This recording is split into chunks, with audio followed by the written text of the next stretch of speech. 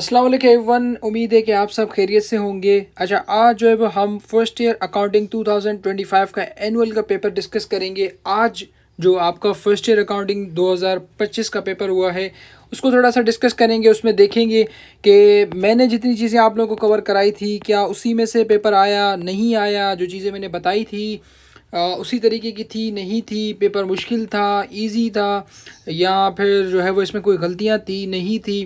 ठीक है सर, वो सब इंशाल्लाह हम डिस्कस करेंगे।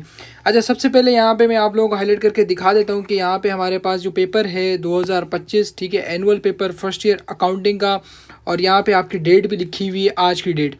ठीक है सर, तो क्वेश्चन को थोड़ा सा देखते हैं। पहले क्वेश्चंस देखते हैं कौन कौन से क्वेश्चंस आए हुए हैं। देखें, सबसे पहले मैंने आप लोगों को अकाउंटिंग इक्वेशन, रेवेन्यू इक्वेशंस वगैरह कवर कराई थी, rules of debit and credit सिखाए थे। ठीक है सर, तो सेम वही आपका 10 मार्क्स का एक क्वेश्चन आपका यहाँ से आया हुआ है कि बेसिक कॉन्सेप्ट से आया, जिसमें rules of debit and credit बताना था आप लोगों ने, कुछ भी नहीं करना था। जो मैंने 5 हेड्स लिखे थे और उसके rules of debit and credit बताए थे वो आपको बताने थे यहाँ पे। ठीक है सर, और कुछ भी नहीं था। 5 मार्क्स आपके यहाँ से आने थे, 5 मार्क्स ये थे, 10 मार्क्स। अब ये वो स्टूडेंट कर पाता जिसने अच्छे से लेक्चर्स दिए हुए थे, और एग्जैक्ट सेम यही क्वेश्चन मैंने आप लोगों को भी कवर करवाया था। मेरे चैनल पे अवेलेबल है, जिसमें मैंने कहा था कि ये क्वेश्चन पहले नहीं आया लेकिन मे भी आ सकता है, तो इसको भी मैंने बताया था। ठीक है सर, हमने इस क्वेश्चन को भी अल्हम्दुलिल्लाह कवर किया था। उसके बाद सर हम फर्दर क्वेश्चन नंबर 3 पे आते हैं। तो क्वेश्चन नंबर 3 पे हमारे पास जनरल है। बहुत सारे क्वेश्चन किए थे, बहुत सारे, और मैंने कहा था कि ये इंशाल्लाह आपका क्वेश्चन आएगा। तो 10 नंबर यहाँ से, 20 नंबर आपके यहाँ पे हो गए। चौथा क्वेश्चन जो है वो आपके पास आता है जर्नल लेजर का, जिसमें कहता है कि भाई ये जो जर्नल आपने बनाया है इसी में से ट्रांजेक्शन उठाओ, टी अकाउंट्स बनाओ और मुझे बैलेंस करके दो। ठीक है, ट्रायल बैलेंस जो हमने अभी जो सप्ली का पेपर हुआ था एग्जैक्ट उसी तरीके का पेपर आया हुआ है, हमने कवर भी किया था। मेरे चैनल पे लेक्चर्स भी अवेलेबल हैं। 2-3 क्वेश्चंस मैंने इसके इसी तरीके से प्रैक्टिस करवाए थे कि जनरल बनाया था हमने उसमें, फिर उसमें से टी अकाउंट्स बनाए थे और ट्रायल बैलेंस बनाए थे। और उम्मीद करता हूँ कि आप लोगों ने ये क्वेश्चंस बिल्कुल 100% सही किया होगा।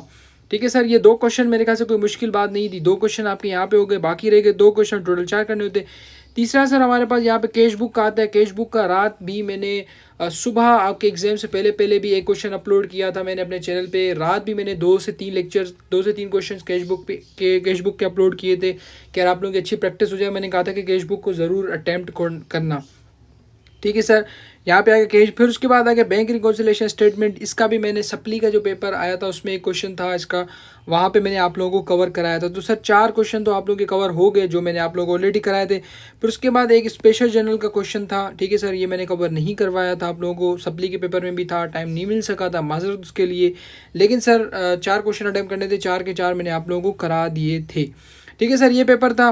और क्वेश्चन अगर 2 की बात करूँ तो कोई मुश्किल नहीं है, बहुत आसान है। क्वेश्चन 3 की भी बात करूँ, बच्चों वाला क्वेश्चन है, कोई ऐसी उसने मुश्किल ट्रांजेक्शन नहीं दी। हमने बहुत मुश्किल ट्रांजेक्शन्स भी की थी, जिसमें हाफ पे हम कोई चीज़ परचेज़ कर रहे थे, आधी पेमेंट कर रहे थे, आधी पेमेंट हम उधार पे हम ले रहे थे, इस तरीके की कोई ट्रांजेक्शन नहीं, सीधी सीधी ट्रांजेक्शन सब दी हुई हैं। उसके बाद कैश बुक है सर, कैश बुक में भी ऐसी कोई मिस्टेक भी नहीं है और इजी सीन है। ठीक है सर, यहाँ पे एग्जामिनर ये घुमाता है कि वो नेगेटिव बैलेंस देता है, लेकिन यहाँ पे उसने नेगेटिव बैलेंसेस नहीं दिए उसने, बल्कि आप लोगों को पॉजिटिव बैलेंसेस दिए हैं। बिल्कुल इजी सीन है, जो मैंने आप लोगों को कराया था उसी तरीके का। बैंक रिकॉन्सिलिएशन स्टेटमेंट भी सर आ गई है। अच्छा, यहाँ पे एग्जामिनर ने थोड़ा ये किया है कि ट्रांजेक्शन बढ़ा दिए। ठीक है, जनरल में मैंने कहा था कि आपको 5 ट्रांजेक्शन आती है, उससे ज़्यादा नहीं आती, लेकिन उसने जब क्वेश्चन नंबर 4 को लिंक किया तो उसकी वजह से इसने यहाँ पे ट्रांजेक्शन ऊपर बढ़ा दी कि नहीं भाई ट्रांजेक्शन बढ़ाओ ताकि स्टूडेंट थोड़ा फंसे। ठीक है, हालांकि यकीन करो अगर इसकी टी अकाउंट्स में बनाऊँगा इंशाल्लाह, हम क्वेश्चन भी सॉल्व करेंगे, तो बहुत छोटी छोटी सी टी अकाउंट्स है और 5 मिनट 10 मिनट का काम है, कोई लंबा नहीं है। ठीक है सर, स्पेशल जनरल आ गया, ये सेक्शन बी है। इंशाल्लाह सेक्शन सी को भी हम फिर डिस्कस करेंगे। अच्छा, अभी जो है वो आज हम एक क्वेश्चन को सॉल्व करेंगे, क्वेश्चन नंबर 2। ठीक है सर, तो क्वेश्चन नंबर 2 की तरफ चलते हैं। ठीक है सर, क्वेश्चन नंबर 2 की अगर बात करूं तो बेसिक कॉन्सेप्ट्स हैं इसमें। बेसिक कॉन्सेप्ट में वो हमें कह रहा है कि भाई give rules of debit and credit. ठीक है sir, rules of debit and credit मैंने आप लोगों को कवर करवाए हुए हैं, कोई मसले की बात नहीं है। एसेट एक्सपेंस इंक्रीज होते हैं तो डेबिट होते हैं, डिक्रीज होते हैं तो क्रेडिट साइड पे आ जाते हैं, और बाकी सबके सेम रूल्स थे। ठीक है सर, डिटेल में मैंने आप लोगों को बताया था, इसकी ट्रिक भी बताई थी। तो ये क्वेश्चन तो हमारा हो गया, 5 नंबर यहाँ पे गए। बात आती है यहाँ पे क्वेश्चन नंबर 2 का पार्ट बी। ठीक है सर, क्वेश्चन नंबर 2 का पार्ट बी। ठीक है सर, इसमें अगर यहाँ पे हम क्वेश्चन को रीड करें कि write down the transaction of each of the following require effect, कहता है कि ये मैंने इफेक्ट आपको बताएं और आप मुझे ट्रांजेक्शन बताओ। वैसे वो क्या करता है, वो आपको बताता है कि भाई इंक्रीज़ हो रहा है एसेट, हमने कोई चीज़ परचेज़ की कैश पे, तो इसका मुझे इफेक्ट बताओ। तो इसका इफेक्ट ये होता है कि भाई हमने अगर कोई एसेट खरीदा तो एसेट भी इंक्रीज़ हो रहा है, और दूसरी तरफ एसेट हमारा कैश पे खरीदी तो एसेट डिक्रीज़ हो रहा है। लेकिन यहाँ पे उसने कहा है कि मुझे अब ट्रांजेक्शन बना के दिखाओ यहाँ पे। ठीक है सर, थोड़ा सा चेंज है, कोई मसले की बात नहीं है। अगर अच्छे से समझा हुआ था, आपने प्रैक्टिस की हुई थी, तो इंशाल्लाह आप लोगों के लिए आसान है। पहले मैं कहता है increase in asset and increase in owner equity. ठीक है सर, कह रहा है एसेट भी इंक्रीज़ हो रहा है, इक्विटी भी इंक्रीज़ हो रही है। तो सर कब होता है सर, जब भी हम, ठीक है sir, owner started business with cash investment.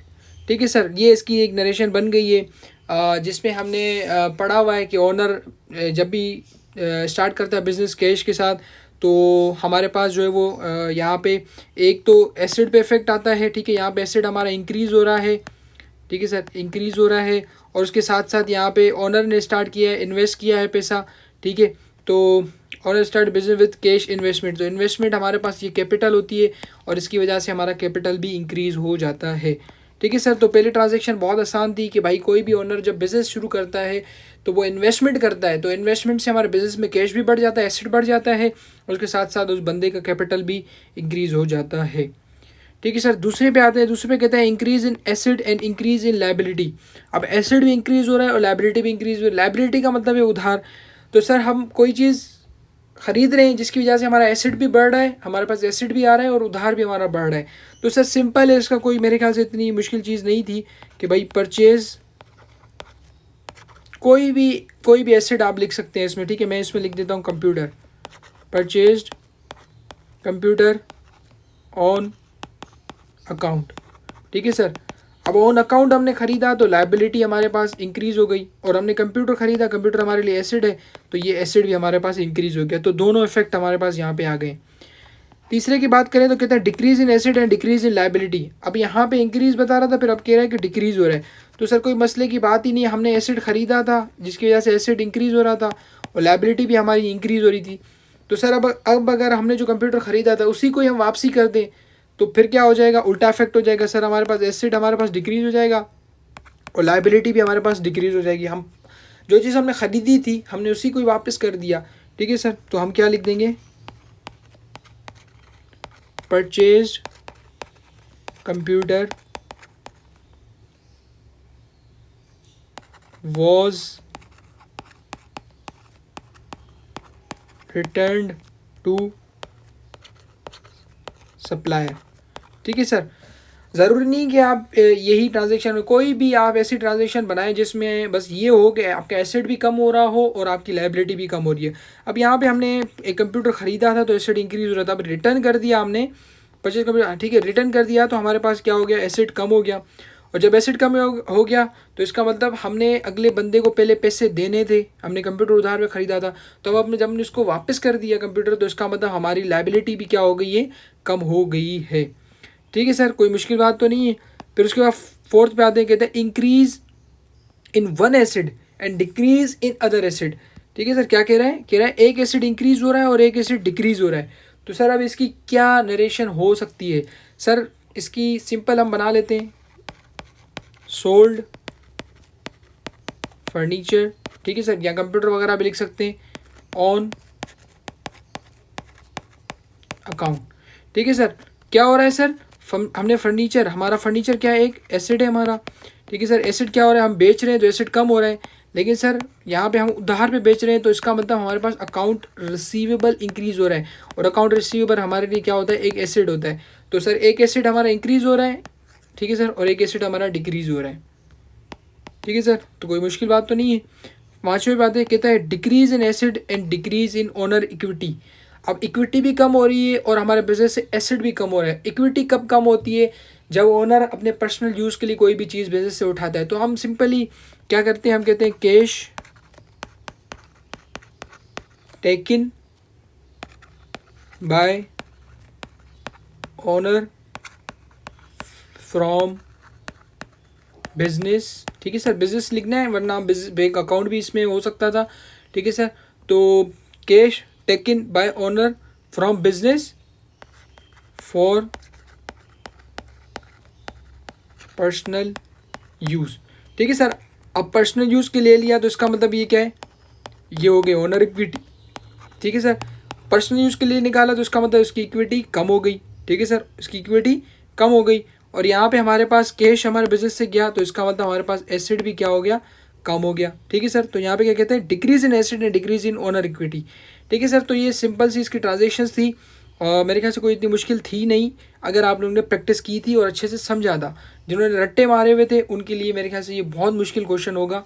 ठीक है सर, तो उम्मीद है कि ये क्वेश्चन आपको क्लियर होगा। Question number 2, first year accounting 2025 का पेपर जो है हमारा 19 तारीख को जो अभी हुआ है 19 जून 2025 का, उसको जो है हमने सॉल्व किया। इंशाल्लाह अगले क्लास में हम, अगले लेक्चर में हम अगले क्वेश्चन को भी डिस्कस करेंगे। फर्दर कुछ भी पूछना हो आप कमेंट कर सकते हैं। मिलते हैं फिर अगले लेक्चर में, तब तक के लिए अल्लाह हाफिज़, दुआ में याद।